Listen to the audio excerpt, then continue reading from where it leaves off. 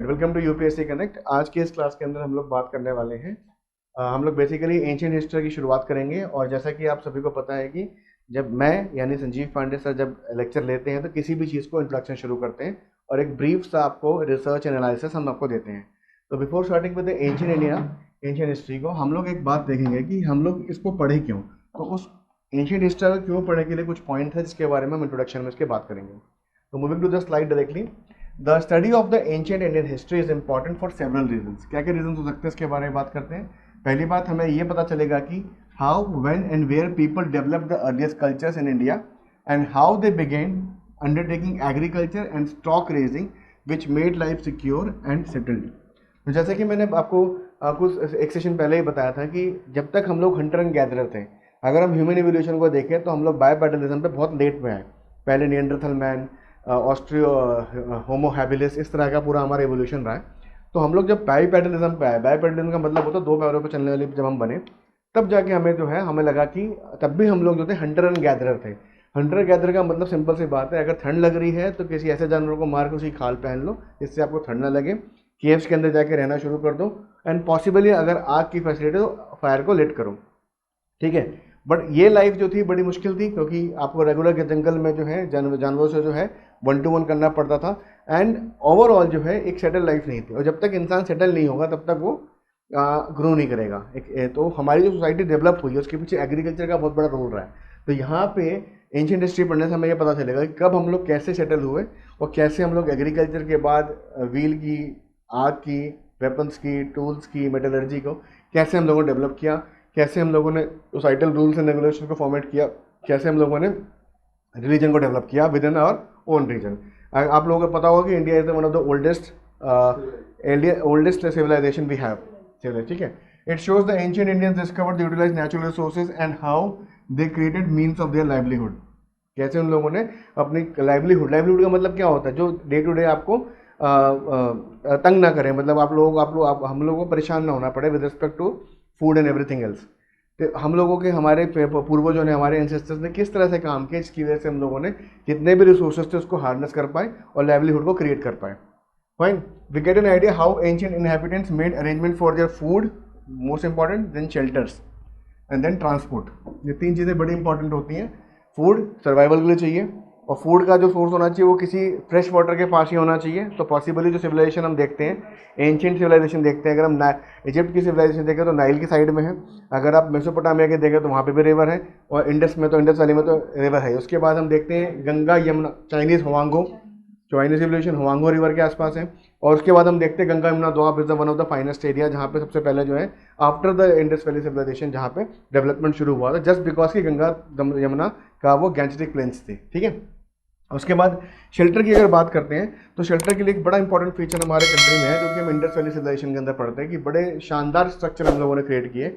हम लोगों ने मल्टी लेवल्स की बिल्डिंग्स बनाई, हम लोगों ने प्रॉपर टाउन प्लानिंग देखी, उसके अंदर प्रॉपर सिमेट्रिकल स्ट्रक्चर्स देखे, हम लोगों ने ग्रैनरीज देखी, हम लोगों ने डॉकयार्ड्स देखे, हम लोगों ने फैक्ट्रीज देखी। बट ऑल ऑफ सडन वैदिक कल्चर में जब जाएंगे तो वो सारा फीचर जो है एलिमिनेट हो जाएगा, बट स्टिल शेल्टर तो बना। उसके वैदिक कल्चर में जाकर देखेंगे ट्राइबल सिस्टम शुरू हो चुका था, लोग हट्स में रहना शुरू कर चुके थे। तो shelter is second important thing, क्योंकि वो भी आपको स्टेबिलिटी देती है। एंड देन आफ्टर ट्रांसपोर्ट, जब ट्रांसपोर्ट डेवलप हुआ तभी हम देखते हैं कि एक इंसान एक प्लेस से दूसरी प्लेस जा सका। और ट्रांसपोर्टेशन के लिए जो सबसे इंपॉर्टेंट जो parameter that was wheel, discovery of wheel. Fine, then how to to their farming, spinning, weaving, metal works, and how they cleared forest, founded villages, cities and eventually large kingdoms. ये सारी चीज़ें जो है interconnected है। पहले stabilization हुआ, उसके बाद ज़्यादा लोग एक जगह रहना शुरू हुए, उसके बाद सोसाइटी डेवलप हुई, उसके बाद सोसाइटी के अंदर रूल्स फॉर्मुलेट हुए, फिर फर्दर जो है टूल्स डेवलप हुए, फिर जंगल और क्लियर किया गया, और बड़ी खेती की ज़मीन बनाई गई। जैसे डिमांड बढ़ती गई वैसे वैसे प्रोडक्शन बढ़ाते चले गए, ठीक है। एंड इवेंचुअली देखा गया कि हर चीज़ का एवोल्यूशन होता चला गया, और जो गांव थे, जो जो छोटा 2 आदमियों का जो एक बसेरा था, वो 4 आदमियों में कन्वर्ट हुआ, फिर वो छोटा शहर बना, बड़ा शहर बना, और फिर महाकिंगडम जिसे हम बोलते हैं महाजनपद बनकर तैयार हो गए, ठीक है। People are not considered civilized unless they know how to write. The different form of writings prevalent in India today are all derived from the ancient scripts. अच्छा, हम सिविलाइज तब तक नहीं होते तब लिखना नहीं जानते। लिखने का मतलब है कि अपने आप को एक पीस ऑफ पेपर या किसी भी चीज़ पे एक्सप्रेस करना वाया सर्टन कैलीग्राफिक थिंग्स। तो हम जब समझते हैं कि जो एंशियंट इंडियन हैं, हम अगर बात करें मेजोलिथिक नियोलिथिक एज के, तो वहाँ पे हम लोग इमेज डिपिक्ट करना शुरू कर चुके थे। बट जो प्रॉपर हम देखते हैं कैलीग्राफी या जो हमें एंशियंट टेक्स्ट मिला है वो मिला है हमें इंडस वैली के अंदर।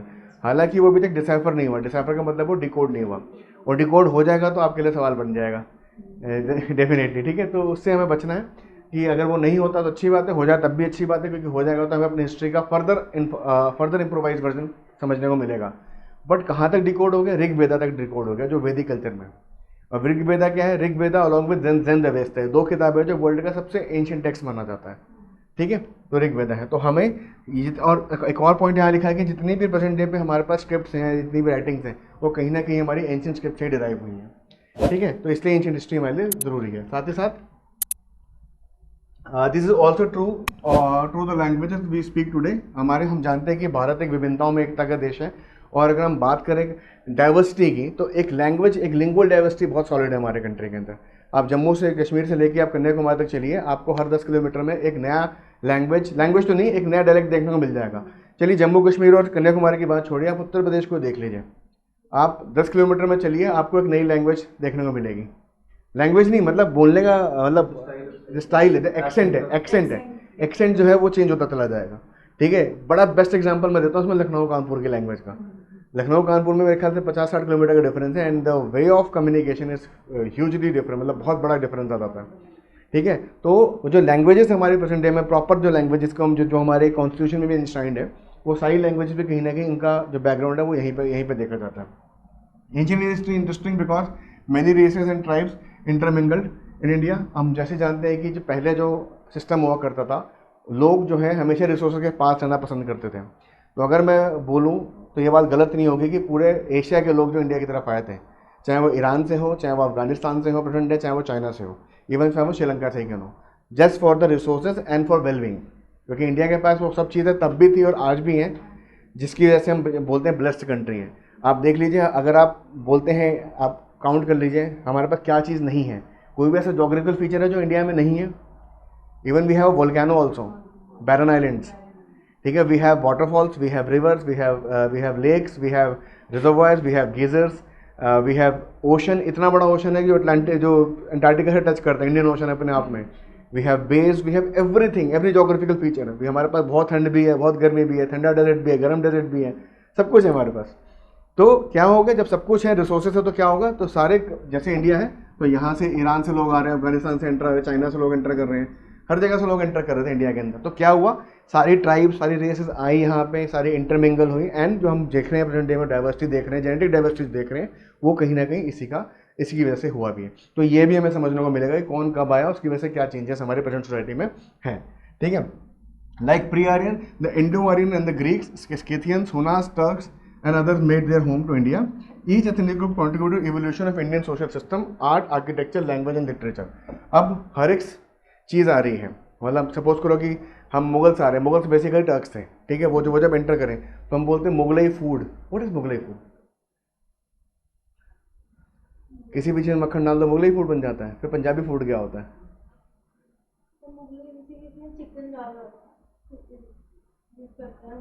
ऐसा तो नहीं है। You eat shahi paneer, why it is called shahi paneer?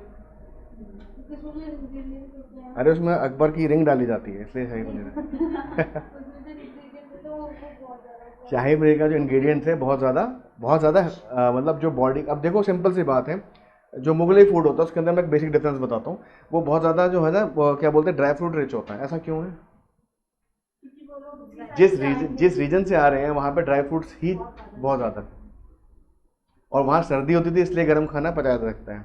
पर हम दिल्ली वाले हैं, हमें तो 45 डिग्री में भी समोसा और चाय गर्म चाहिए शाम को है, हम फिर भी गर्म खाते हैं, एक्स्ट्रा गर्म खाते हैं। ठीक है, एनीवेज, ठीक है। तो इसी तरीके से वो जब आए, स्कैथियंस बताएंगे, अभी आएगा। स्कैथियंस बेसिकली आपके सेंट्रल एशिया से की तरफ से ही आए थे। ठीक है, स्कैथियंस के बारे में बात करें, शाकास, यस, स्कैथियंस सेम। ठीक है, ठीक है। तो ये पूरा सोशल, सिमिलरली जब वो आए थे तो वो कहा जाता है हॉर्सेस भी लेके आए। हॉर्सेस इंडिजिनस नहीं माना जाता, बट जो रिसेंट थ्योरी है, सिनॉली की जो थ्योरी है वो इससे कॉन्ट्राडिक्ट करती है कि इंडियन की हॉर्स का ओरिजिन इंडियन है। बट मैक्सिमम थ्योरी जो सबसे ज़्यादा accepted theory, that is max Muller theory. Max Miller बोलते हैं कि वो घोड़े पे बैठ के उधर से आए थे, from the Hindukush mountain regions. तो क्यों आए थे, will talk about that in, जब हम आर्यंस को पढ़ेंगे तब हम उसके बारे में बात करेंगे। I tell you the each and every thing of that. You should shift backward, ठीक है। Apart from the Indian culture has been intermingling culture. अच्छा ठीक है, सिमिलरली लैंग्वेज आई, सिमिलर जेनेसिस आए। अब चलो मैं एक डिस्कस कर ही देता हूँ तुम्हारे को, मैक्स मिलर चलो डिस्कस कर देता हूँ एक बार। So what does Max Muller की जो थ्योरी है दैट इज कॉल्ड आर्यंस के लिए कई सारी थ्योरी, आर्यंस जब आए थे जो कि वैदिक अर्ली वैदिक एज में, तो सबसे ज़्यादा जो फेमस और सबसे ज़्यादा accepted theory that is max Muller theory. Max Miller was a colonial historian, उनके नाम पे एक भवन भी है कनॉट प्लेस के पास जो हिस्ट्री के ऊपर स्टडी और रिसर्च करता है आज भी। तो व्हाट दे से कि हमारा जो एरिया था इंडस वैली का रीजन था वो बहुत ज़्यादा फ्लरिशिंग था, कई सारी साइट्स थी, हड़प्पा, मोहनजोदाड़ो, धौलावीरा, कालीबंगन, रोपड़, कई तरह की साइट्स थी जो कि बहुत ज़्यादा फ्लरिश थी, सिविल इंजीनियरिंग से बहुत ज़्यादा लैस थी। अब इंडिया में क्या हो रहा था, इंडिया में क्योंकि लाइफ सेटल हो चुकी थी, तो what is the difference between a tool and a weapon? क्या आप AK-47 से वो कर सकते हो, क्या खेती कर सकते हो? या क्या आप किसी प्लो से AK-47 काम कर सकते हो? नहीं कर सकते, पर दोनों बने मेटल के ही हैं, दोनों का पर्पस अलग अलग है। तो इंडिया में क्या था, क्योंकि इंडिया में स्टेबलाइज सोसाइटी हुआ करती थी, इसलिए इंडिया में क्या ज़रूरत पड़ती थी, इंडिया में खेती होती थी। अब जो बंदा खेती कर रहा है, ठीक है, तो उसकी फिजिक कैसी होगी? आप किसी भी गांव में चले जाओ, आपको मैक्सिमम लोग पतले मिलेंगे। और यहाँ पे हम उल्टा हिसाब किताब है, क्यों? लाइफस्टाइल चेंजेस है बहुत बड़ा है, क्योंकि खेती के अंदर एक्सेसिव वो लगती है, एनर्जी लगती है। पर जितने मिलेंगे पतले, लीन एंड फुर्तीले, जैसे बोलते हैं ना कि क्विक स्विफ्ट तरीके से काम करने वाले। But if you talk about any warriors, if you talk about the commandos of Indian army, लंबे चौड़े तगड़े तगड़े, जैसी जिसकी ज़रूरत है वैसा वो मिलेगा। Point number 1। तो हो क्या रहा था कि इंडिया के अंदर रिसोर्सेज सेटल हो चुके थे, पानी ओके की रिपोर्ट थी, हम कहते हैं कि खाना पीना ओके की रिपोर्ट थी, सोसाइटी में दिक्कत नहीं थी, सब कुछ चल रहा था, फर्स्ट क्लास चल रहा था। तो यहाँ पे लोग क्या कर रहे थे, यहाँ पे इनके पास थे tools and they were practising agriculture and domestication.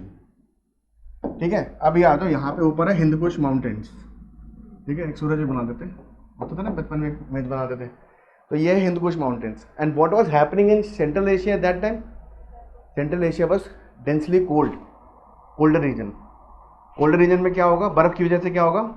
No vegetation, then human being has to rely on meat. Meat कहाँ से आएगा?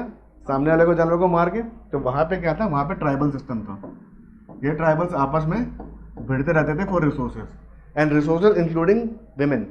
And why women were a resource? देखो, because of progeny, more women equal to more janta and equal to more stronger tribe. ठीक है, तो ये concept था।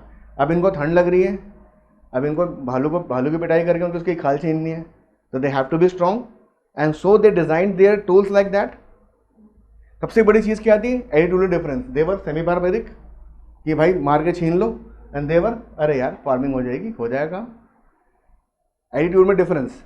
Apart from this thing, if you see the genesis of any Afghani people even today, you will find them 6 feet average height, fair, just because of the climatic conditions, and strong build because of their eating habits.